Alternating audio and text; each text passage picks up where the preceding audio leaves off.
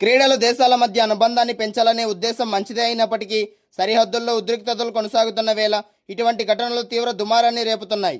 ఈ క్రమంలో భారత స్టార్ మహిళా క్రికెటర్ జెమిమా రోడ్రిగ్స్ పాకిస్తాన్ కెప్టెన్ ఫాతిమా సనాను ఆప్యాయంగా కౌగిలించుకోవడం ఇప్పుడు నెట్టింట్లో పెద్ద తుఫాన్నే సృష్టించింది. పెహల్గాం ఉగ్రదాడి ఘటన తర్వాత భారత్ పాకిస్తాన్ మ్యాచ్ల్లో క్రికెటర్లు హ్యాండ్ షేకులు ఇవ్వకూడదనే నియమాన్ని పాటిస్తూ వస్తున్నారు. అయితే ది 100 లీగ్లో భారత స్టార్ మహిళా క్రికెటర్ జెమిమా రోడ్రిగ్స్ పాకిస్తాన్ కెప్టెన్ ఫాతిమా సనాను ఆప్యాయంగా కౌగిలించుకోవడం ఇప్పుడు నెట్టింట్లో పెద్ద తుఫాన్నే సృష్టించింది. ఇంగ్లాండ్లో జరుగుతున్న ది 100 2026 లీగ్లో సౌత్ స్టామ్ వేదికగా ఇరు జట్ల మధ్య మ్యాచ్ ముగిసింది.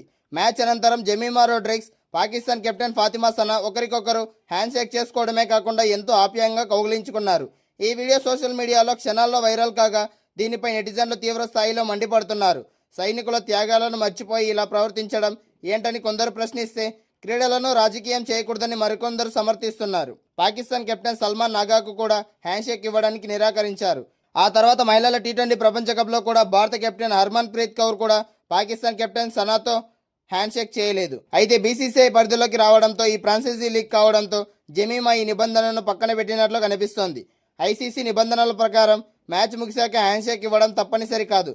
అంతర్జాతీయ పోటీల్లో భారత జట్టు ఈ సంప్రదాయానికి దూరంగా ఉన్నప్పటికీ లీగ్ మ్యాచ్లో జెమిమా చేసిన పనిపై భిన్న అభిప్రాయాలు వ్యక్తమవుతున్నాయి. ఇది బీసీసీఐ ఈవెంట్ కాదు, క్రీడల్లో దేశాన్ని నింపకండి అని ఒక వర్గం కామెంట్స్ చేస్తుంటే, మరికొందరు మాత్రం దేశం కంటే ఏ లీగ్ ఎక్కువ కాదు అంటూ జెమిమా ప్రవర్తనను తప్పుపడుతున్నారు. క్రీడలు దేశాల మధ్య అనుబంధాన్ని పెంచాలనే ఉద్దేశం మంచిదే అయినప్పటికీ సరిహద్దుల్లో ఉద్రిక్తతలు కొనసాగుతున్న వేళ ఇటువంటి ఘటనలు తీవ్ర దుమారాన్ని రేపుతున్నాయి. ఐసీసీ నియమాలను అతిక్రమించకపోయినా భారత పట్ల ప్రజల్లో ఉన్న సెంటిమెంట్ను గౌరవించడం ప్రతి క్రీడాకారుని బాధ్యత అని అభిమానులు అభిప్రాయపడుతున్నారు.